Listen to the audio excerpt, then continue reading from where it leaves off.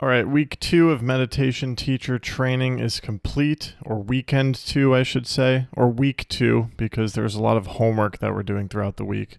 Is my microphone working? Test 1, 2, 3. Hello and welcome back to the George Poulos podcast. It's really interesting. Yesterday I sat down to record and I was really afraid. And I'm not feeling that fear right now. What's the point? It's really interesting what happens when you get into a downward spiral and you convince yourself that everything is scary and you just want to hide in your hole. But there's something that you can do and you start creating an upward spiral where breaking through those fear barriers just keeps getting easier and easier and easier and easier each time. So I think actually enrolling in this training for me, it was very scary and difficult to do. But once I did that, it became much easier to break through fear again and again and again and again. So the class is hybrid, and last weekend I took half of the class online. You get to go in studio sometimes you do it online.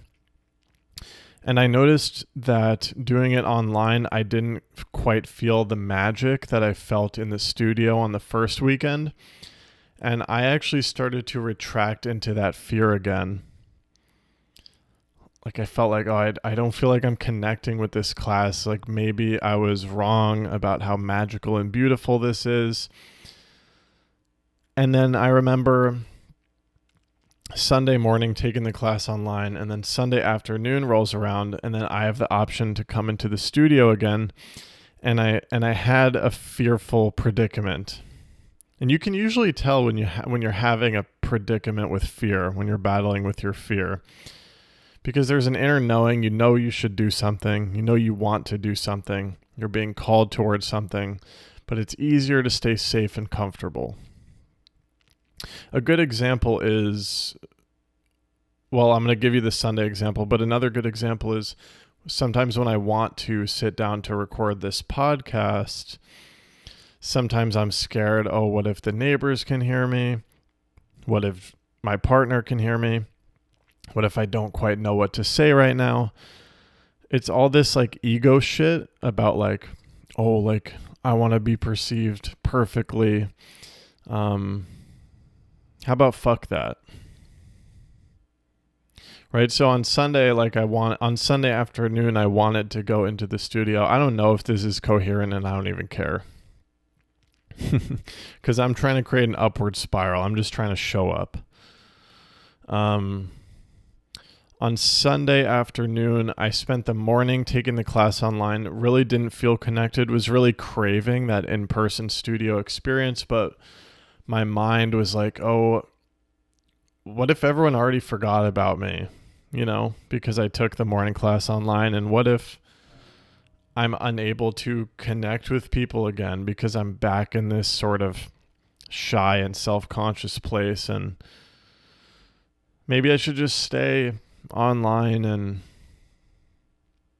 keep spiraling in my room.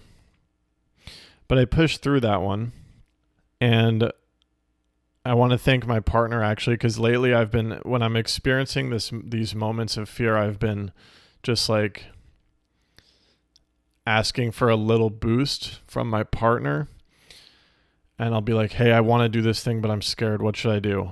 And she'll be like, just go do it. Just giving me a little push. And it's super helpful. So she helped me give me a little push. She said, just go in person, see what it's like. And I remember I went into the studio, just pushed right through that discomfort. And as soon as I showed up, I was feeling like shy and quiet. But when I walked in, everyone started hugging me. They were happy to see me. And immediately I was like, this fearful reaction, it's good that I didn't listen to it because there was something beautiful on the other side. So yesterday I sat down to try to record the podcast, and I got scared that I didn't have anything to say. I was feeling antsy that people can hear me. Just all these little ways of getting in my own way, of putting up my walls. I mentioned that my biggest intention going into this meditation teacher training, and we were instructed to think about something we want to purify, something that gets in the way of our freedom, something we want to get rid of. We were instructed to really think about something that we wanted to purify. We wrote it down on a piece of paper and we burnt it up in a fire on the first day. We did the same thing with something we wanted to amplify, something that we love about ourselves. So for me, I wanted to purify my walls. And we think about these intentions every single time we show up to class. We're getting rid of these things. We're imagining ourselves as if we've already gotten rid of these things. So every time I show up to class, every time I sit down for a meditation, I'm imagining the version of myself that has gotten rid of these walls that I carry, this fear that I carry all the time, this fear of being myself, of expressing myself. And I'm also thinking of the thing that I want to amplify, which is my love, my expression. And I'm imagining that version of me that's already there. And I'm feeling what that feels like in my body. And I have some moments where I really feel like it's gone, but then it comes back. And it's clear that there's still work to do, right? But every time you take a step towards being that version of yourself that is not fearful, you're making progress. You're creating the momentum of an upward spiral. We're hardwired for downward spirals. We're hardwired for anxiety, stress, fear responses, but we are capable of creating upward spirals.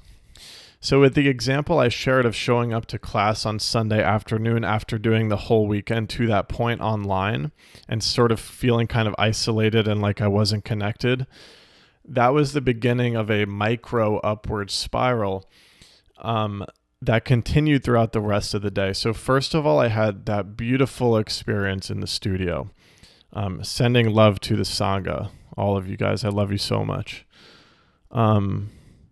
Beautiful experience in the studio. I got to voice this question about this feeling of something is in tune when I'm here at the studio. And then it feels like something becomes disconnected when I'm taking the class online or even throughout my week when there is no class in session. So I got to voice that question. And I kind of already knew what the answer was in my head. But what Hector, our teacher, told me is that there's nothing about 3 Joules, there's nothing about the meditation teacher training that's making me feel that connectedness, that in-tuneness, that togetherness, that love. There's nothing out there that's doing it. It's me. I've tricked myself into creating that state of mind for myself. Like the togetherness, the feeling of being in tune, that's in me. And Hector said that's something that I should be feeling on the way home in the subway, when I get back to my apartment, all the time, right? So there's nothing in this meditation teacher training that has made me feel better. I made myself feel better. Does that make sense? It's just like when I thought that moving into this apartment with my partner was going to like create my happiness. And then it didn't. It had nothing to do with the outside circumstances, right? The outside circumstances go on changing. You change jobs, you move, friends move on, relationships move on. You get into new fiery relationships. Things go on changing, right? Dramatically, things happen in life, but the states of being come from within. So this is what my social media post centered upon, and we have actually a homework assignment to share 3 social media posts per week about meditation. We're basically trying to step into the role of meditation teacher. This podcast counts as one of my homework assignments. And I appreciate this assignment because prior to, right, I was in that downward spiral. I was like, oh, I don't have anything to say on this podcast. Who am I to talk about this stuff? Do I know what I'm talking about, right? All this ego stuff. My ego got very afraid. I entered a place of constriction, of huddling in. And then suddenly I'm in a class, I have a homework assignment. My mind is like, okay, let's flow outwards again. And really it's like, I don't have to do this homework assignment. I don't have to be in this class. I could stop going anytime I want. It's me. I'm choosing this. I'm choosing to start breaking down my walls and expressing outwards. And Hector's right, there's nothing in 3 joules. Right? I decided to go there. There's nothing. It's not that I have to be in that place in order to feel togetherness and joy and connection. It's a feeling that was brought out in me. It's like how I've discussed, and I kind of want to get in my half lotus. I've done several episodes about how your triggers point to your inner work. When some external situation, some person, some romantic partner, some friend, some job, some apartment, some anything out there, when anything out there triggers you, it's not that that thing out there inherently has something bad in it or triggering in it. It's that something inside of you was poked at. That's why triggers point to your inner work, because they show you places that you can still snap. Do you know what I mean? And in meditation, you can go to the root of those triggers to figure out what the root fear is. And if you actually do this work of looking at the root fear, 100% of the time you'll find that it's not real. It was an illusion. And there's actually nothing wrong. And you're okay. Right? So the triggering states of mind come from you. But so do the blissful, the joyous, the loving states of mind. It all comes from you. So meditation is about finding out, how did my mind create those states of love and joy and bliss? Right? Whether it was because we found that amazing romantic partner that we connected so beautifully with, or if we joined a meditation class and we just feel so together, so loving, so connected, so beautiful, so open. Meditation is the work of finding out, okay, how is it that I created those beautiful states? How is it that it was actually not the external circumstances that made me feel that way? Where is it that those beautiful states actually came from? They must have come from within. Because if you didn't have that state of love, that state of bliss, that state of joy within you, laying dormant within you, waiting to be activated, then the perfect partner wouldn't have brought it out in you. There would have been nothing to bring out. So you had to have the love, the joy, the bliss, the beauty within you all along. Meditation is the work of finding out, okay, how do I bring these states out more? How do I create that upward spiral? Enlightenment, the ideal state, is when we uncover where these states of being come from within us, and we plant so many beautiful karmic seeds that we feel those states all the time. We only see love all around us. Right? So it's been very clear to me how, and I've experienced directly how in meditation you can uncover the fact that the root of the trigger is within you. And if you really take a good hard look at the root, it will dissolve. And that trigger won't get you anymore. And the specific example that showed me this is, I got shy. I really did a lot of this work through relationships, dating, relationships, sex. And I used to have just so much incredible anxiety about being accepted and being enough and making that other person like me. Right? And my desire to be approved and accepted and loved by other people created so much anxiety. And I developed a practice of meditating on those triggers and looking at that anxiety. A good example is if you're starting to fall for someone and you're getting super triggered when they're not texting you back or something like that, instead of having a reaction and thinking, they don't love me, I'm not good enough, whatever that intense thing you feel is, instead you can intentionally meditate on that trigger. Go into the root. What is it that I'm really afraid of? With that example of the freaking out about someone not texting you back, it's like probably the root is something along the lines of, I don't accept myself, so I need someone else to accept me. So then you go deeper. Okay, why don't I accept myself? You may uncover a past trauma, a past situation where you were rejected. Like go all the way in until you realize, like, for yourself, like, oh, I can accept myself. It's okay. It doesn't matter if they don't text me back. It doesn't matter if they don't approve of me, right? So I've had direct experiences in meditation of transcending triggers. So now I think the direction that I should go is, and certain things still trigger me, right? Like I still have fear. Like you could say that when I was afraid to show up back in studio after the online sessions, like in a way that was me being triggered. Anytime you're having a fear attack, that's something that you can meditate on, seek the root, see if you can transcend it. Like literally go into your mind and show yourself that your mind's logic is faulty, right? Convince yourself that you don't need to be triggered.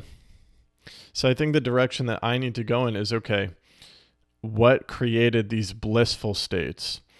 Like when I went to this barn party that I'd been telling you guys about, like when I attended this first weekend at 3 Joules, certain moments of bliss I've had with romantic partners and friends. Just think about those moments of togetherness and unity and perfection that you've had in your life, and just sheer joy. And what if you meditated on those? What if you sought out the root of those, right? Because there's no way that the love and the joy existed outside of you. It had to come up from within you. So this is some of what I'm starting to learn about meditation in this class. And it's pretty cool. So, and along those lines, like a big idea that we're learning, and this is something I feel like I used to know, and then I lost it as I was describing in that rut that I had been in recently. The idea is that the world is not coming towards us. The world is being projected out from us. Our minds create the world that we experience. If that's the case, what work can we do on our minds so that we are constantly projecting a beautiful and loving and joyous experience, right? It comes from us. It's us. We have the power. Hector kept giving this example on the first weekend about a shitty boss, right? You can believe that that boss is objectively shitty and they're the reason that you're having a miserable time at work. But the fact that another person might not think that boss is shitty is enough to prove that there's no objective shittiness emanating from that boss, right? Your perception of the boss is shitty, but someone else's perception of the boss is that they're a great boss. So the boss is not inherently shitty, right? So things outside of us don't inherently emanate bad vibes or good vibes or love or joy or bliss. That emanation comes from you. So meditation is the work of figuring out how do we constantly create good inputs so that we constantly project a good world. And that's how we change the world from the inside out.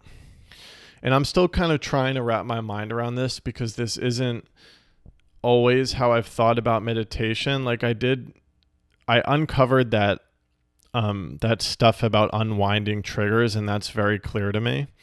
But I think the more positive end of it, and I guess they're both positive, like dissolving a trigger is very beautiful. But how do you expand the love? And how do you uncover the root of where your love comes from within you and expand that. The upward spiral that I experienced on Sunday, which I never finished, right? So first step was stepping through the fear of showing up in person after doing the weekend of online. That put me in a good place because I realized there was nothing to be afraid of. I had this beautiful experience. Then after class, it was easier for me to follow my intuition. My mind was throwing less objections to the things I wanted to do because I had sparked a little bit of momentum. So then I was like, you know what? Instead of taking the subway, I'm going to hop on an electric city bike. It's a few extra dollars, but I think it's going to feel great. Let's do it. Had a beautiful, euphoric bike ride home over the Williamsburg Bridge. And then docked my bike, started walking home, spotted this taco place, felt like I wanted to go. Normally my mind is like, oh, what about the money? What about, should I cook dinner at home? Maybe I should get home faster.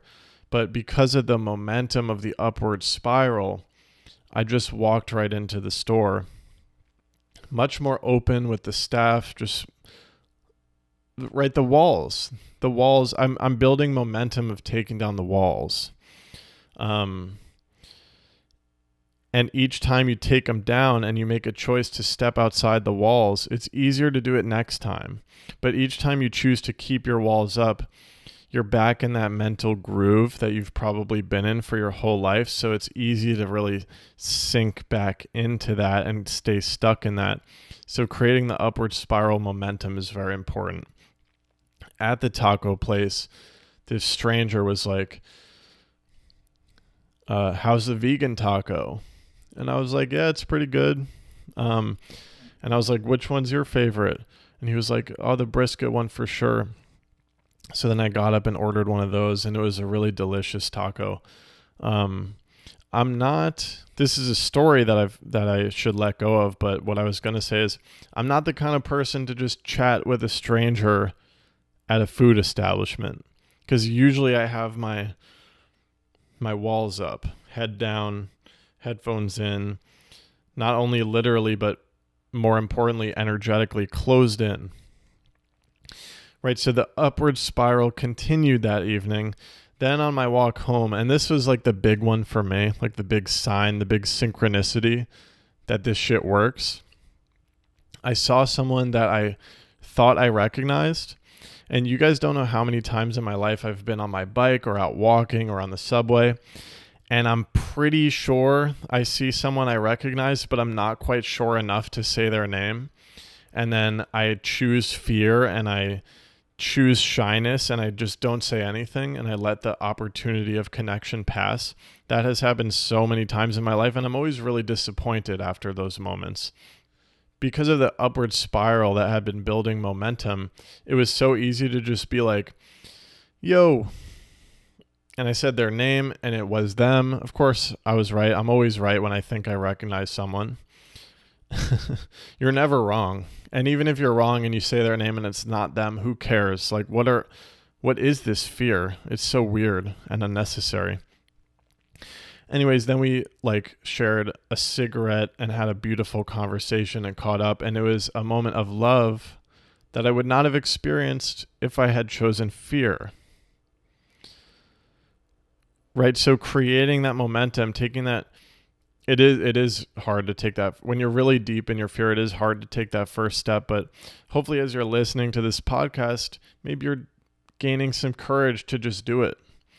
And we can, just like we end up in downward spirals all the time, we actually do have the power to create upward spirals. We can go up. We can get better.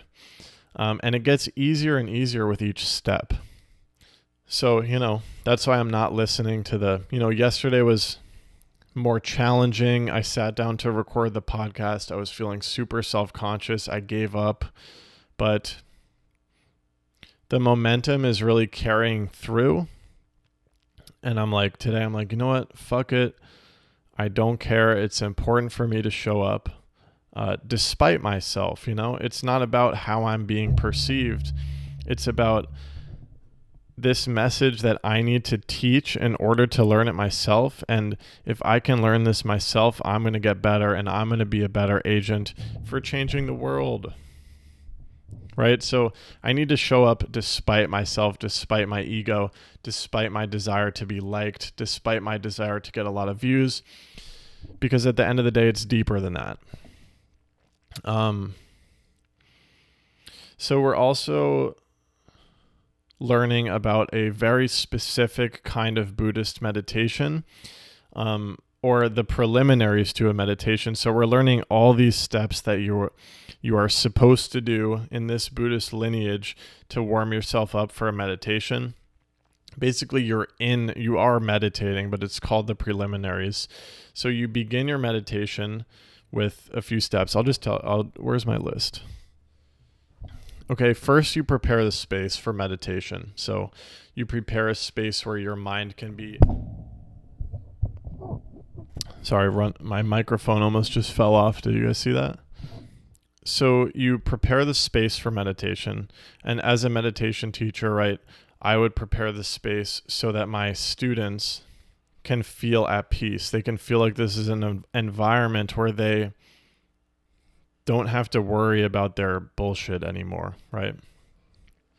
Then you sit in your meditation posture, right? The goal of the meditation posture is to be able to park your body. And I don't know if I fully fleshed this out in the last episode, but we did a whole workshop on meditation posture. And I discovered that the posture I had been sitting in for years was not as good as it could be. And so what I've been doing, maybe I already said this, I'll say it again. So my knees used to be kind of floating up like this, and I would just have my butt on the cushion. Now I make the cushion a little bit higher. I actually start by planting my knees, so these are solid points of contact. Then I raise the cushion much higher, as you can see. And now I have 3 points of support on the ground, so it's really very super stable. So now this is a position where I can park the body and I can forget about the body and I can fully focus on what's going on in my mind. Okay, so that's step 2. 1, we prepare the space. 2, we've set up our posture, and we can also begin to focus on the breath to center ourselves. Next, in this meditation preliminary, we acknowledge that we acknowledge that our minds have the capacity to reach enlightenment. We acknowledge that our minds have the capacity to overcome suffering totally, right? And you can even kind of start to feel this if you've ever sat at a meditation class. You right, the space is so beautiful, it's so peaceful. You start to sink into your mind and you can start to get this feeling that, oh, actually, I can let go of my problems right now. I don't have to worry about the tasks of the day. I don't have to worry about anything. I can just be at peace with myself right now. And that's giving you a taste of the mind's potential to overcome suffering, right? There's this way in which when you sit down to meditate, you can simply step out of all of the predicaments that you've been constantly experiencing. You can just slip right out of them and enter this meditative state where there's peace and tranquility, right? The next step of these preliminaries is to wish that everyone can experience these states of peace. So you acknowledge that you can overcome your suffering, and then you acknowledge that everyone else can overcome their suffering.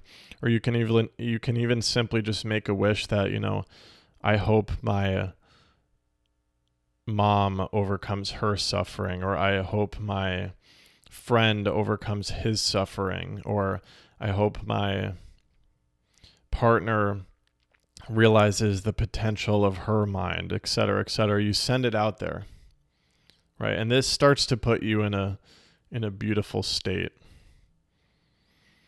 right? So then the main thing that we're learning is this meditation where you evoke a teacher that you admire, or your higher self, or your enlightened self, or what I like to think about is the version of me that has already overcome the predicament I'm facing, right? So if my big thing I want to purify is my walls, my self-consciousness, my temptation to hide, I can evoke and actually visualize the version of me that has already completely overcome those things. And likewise with the thing that I want to amplify, the thing that I already love about myself. So how much I love people, how I'm able to express myself sometimes. So I think of this version of me that is even more overflowing with love, even more overflowing with expression. And you call to mind this teacher and you express reverence for them. In your mind, you can give them a gift. And what you can do with this teacher visualized in your mind, all in this meditation, and we're learning how to guide these meditations, is you can show them the thing that you want to get rid of. So I would show my teacher these walls, like, I just want to get rid of these, man. Like, it's so challenging. And in this visualization, your teacher just continues to look at you with unconditional love. It doesn't phase him or her or them. Right? This flaw you perceive about yourself, this sticky thing that you can't seem to figure out, your teacher still loves you. In fact, if you symbolically give them this thing that you want to purify, it may even dissolve through them. And this is all just stuff we're doing with our mind. And I'm still trying to get into this myself, but as I'm speaking it, I'm starting to feel it. So that's good. Mm-hmm. And so on the vein of that meditation and the purpose of that meditation, I'm starting to understand that's what the whole meditation teacher training is mirroring. That we are actually being forced, not literally, right? It's our choice. We can walk away at any time. We're being forced to decide, you know what? I'm a meditation teacher. Every Sunday, I'm going to guide and teach meditation. Every week, I'm going to explain what meditation is to me on social media. I'm stretching past my identity of not meditation teacher, and I'm stretching into the identity of, you know what? I'm actually a meditation teacher. And another beautiful analogy that Hector makes is that when you grow and change, there are stretch marks, and that can be uncomfortable, but you have to stretch if you want to grow. You have to go through that, right? So if I want to become a person who has no walls, if I want to become an open person, a social person, an all-around loving person, a person who's connected to people and feels togetherness, I have to experience the stretching, which can be uncomfortable, of actually stepping over those walls and becoming that new person, right? So this is all very beautiful, and I'm grateful for all the discomfort I'm feeling. Cool. I think I'm fresh out. I think that was it for today. Hope you're all doing beautifully. Please leave your questions, comments, and thoughts wherever you want to put them. And yeah, have a beautiful day. See you next week to share week 3 insights. Namaste.